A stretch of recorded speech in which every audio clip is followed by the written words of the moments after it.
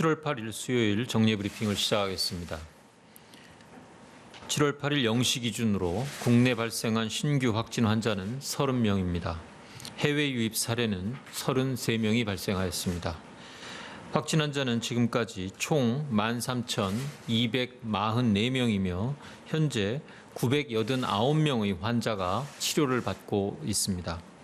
어제 사망하신 분은 없었으며 지금까지 사망하신 분은 모두 285분입니다. 오늘 아침 정세균 국무총리 주재로 열린 중대본 회의에서는 교회 방역 강화 방안, 식사문화 개선 추진 상황, 구급 공무원 공채 시험 추진 등을 논의하였습니다. 정세균 국무총리께서는 최근 적지 않은 감염 사례가 교회의 소규모 모임과 행사에서 비롯된 경우라며 정부의 방역 조치에 대한 종교계의 적극적인 협조를 당부하였습니다. 또한 EU가 우리나라 국민의 유럽 입국을 허용하였으나 전 세계적 확산세가 심각한 상황인 만큼 국민들께서는 가급적 해외여행을 자제하고 불가피한 경우라도 국가별 방역 정책을 정확히 확인한 후 방문하기를 부탁하였습니다.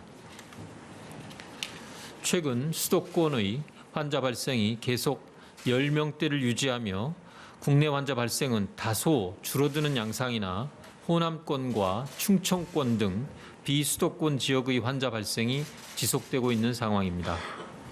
대규모 집단 감염 사례는 다소 줄어들었으나 소모임과 종교시설, 방문 판매 업체 등 방역 당국의 관리에 어려움이 있는 시설에서 산발적으로 확산되고 있습니다.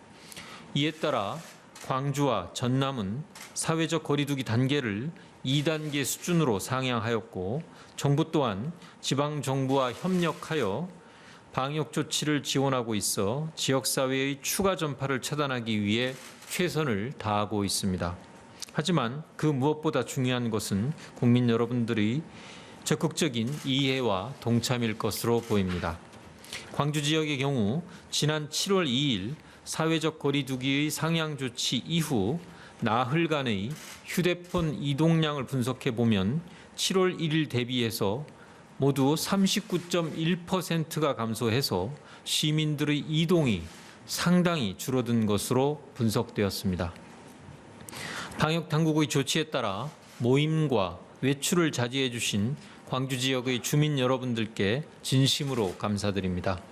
이러한 주민 여러분들의 노력 덕분에 광주, 전남 지역의 환자 추이는 크게 증가하고 있지 않습니다. 이처럼 정부와 시민이 힘을 한데 모은다면 우리 사회의 방역 역량은 크게 증대될 것으로 기대됩니다. 다음으로 교회 방역 강화 방안에 대해서 말씀드리겠습니다. 그동안 종교계의 적극적인 협조로 예배 시 거리두기나 마스크 착용과 같은 방역 수칙은 잘 준수되어 예배를 통한 집단 감염은 최소화되었습니다. 그러나 교회와 관련된 소모임을 통한 집단 감염이 수도권과 호남권 등에서 반복되고 있는 상황입니다. 이에 정부는 7월 10일 18시부터 전국 교회를 대상으로 핵심 방역 수칙을 준수하도록 의무를 부과함으로써 교회에서의 방역을 보다 강화하고자 합니다. 교회 시설 전체를 고위험 시설로 지정하지는 않아서 큰 문제가 없는 정규 예배는 정상적으로 진행되지만 예배 시에도 출입 명부 관리와 마스크 착용, 좌석 간격 유지 등 기본적인 방역 수칙은 준수하여야 합니다.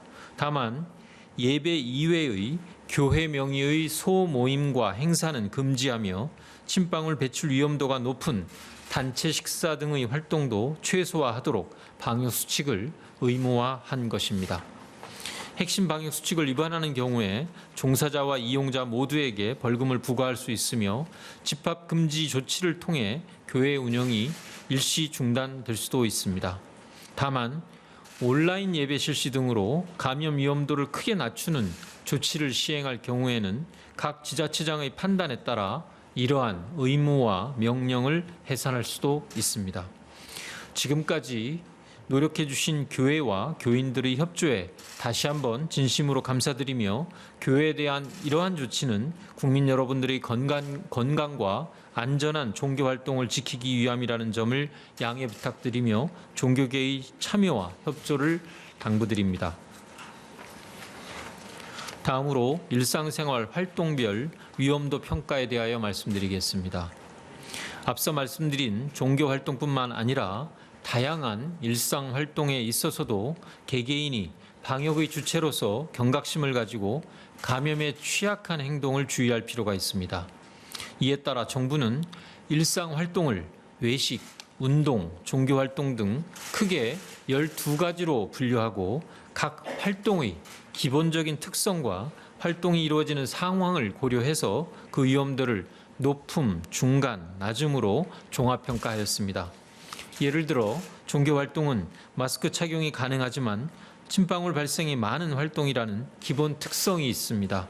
같은 종교 활동이라고 하더라도 마스크를 착용하고 거리 두기를 지키며 노래 부르기, 악수, 식사 등을 하지 않는다면 위험도가 중간 수준인 반면 밀폐된 공간에서 마스크를 착용하지 않고 노래를 부르거나 종교의식 전후의 악수, 대화, 모임, 식사 등 활동이 동반된다면 위험도가 매우 높습니다. 실제 사례를 보더라도 마스크를 착용하지 않고 노래를 부르며 소모임 등을 진행한 경우에 집단 감염이 발생한 바 있습니다. 또 다른 예로 외식은 마스크 착용이 불가능하고 침방울 발생이 많은 활동이라는 기본 특성이 있습니다. 그러나 실외나 상시 환기가 가능한 공간에서 충분한 거리를 두고 식사한다면 그 위험도가 중간 수준이고 배달이나 포장을 통해서 집에서 식사한다면 그 위험도가 낮은 수준이라 할 수 있습니다.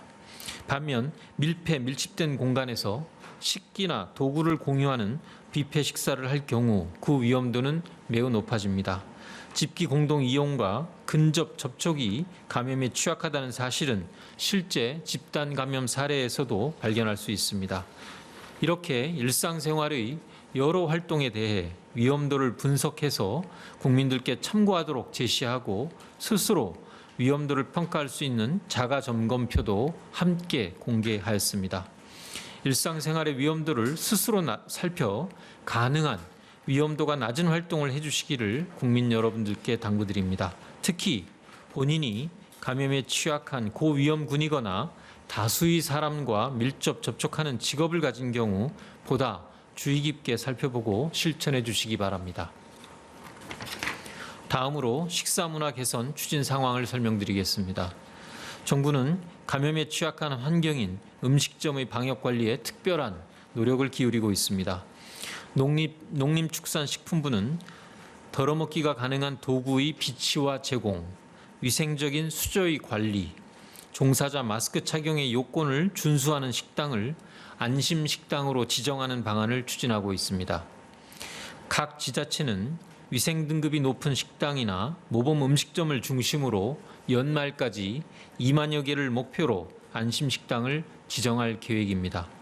안심식당으로 지정된 식당은 스티커의 부착, 전국 안심식당 온라인 공개 등 온오프라인 홍보가 가능하며 필요한 물품도 지원할 계획입니다. 한편 식품의약품안전처는 외식업체 종사자의 마스크 착용 의무화 등 방역수칙 준수를 위한 법령 개정을 추진하고 있습니다. 앞으로도 정부는 소비자와 외식업계가 함께 감염으로부터 안전한 식사 문화가 정착될 수 있도록 최선을 다하겠습니다. 오늘 아침 중대본 회의에서는 7월 11일 이번 주 금요일에 시행될 예정인 국가공무원 9급 공채 필기시험의 방역 대책을 의논하였습니다.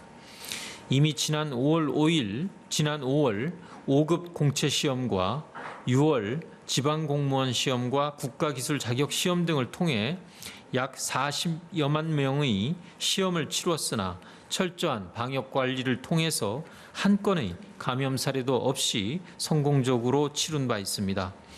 이번 시험 역시 시험장의 철저한 대비와 수험생들의 방역수칙 준수를 통해 차질 없이 안전하게 시행될 수 있도록 준비하겠습니다.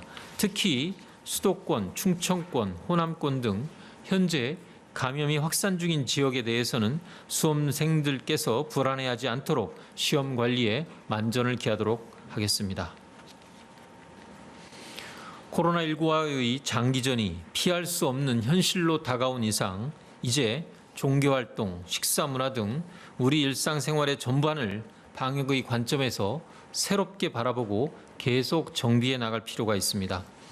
익숙하게 넘겼던 일상의 활동이 우리의 가족과 이웃에게 치명적인 결과를 초래할 수 있다는 자각과 성찰이 요청됩니다.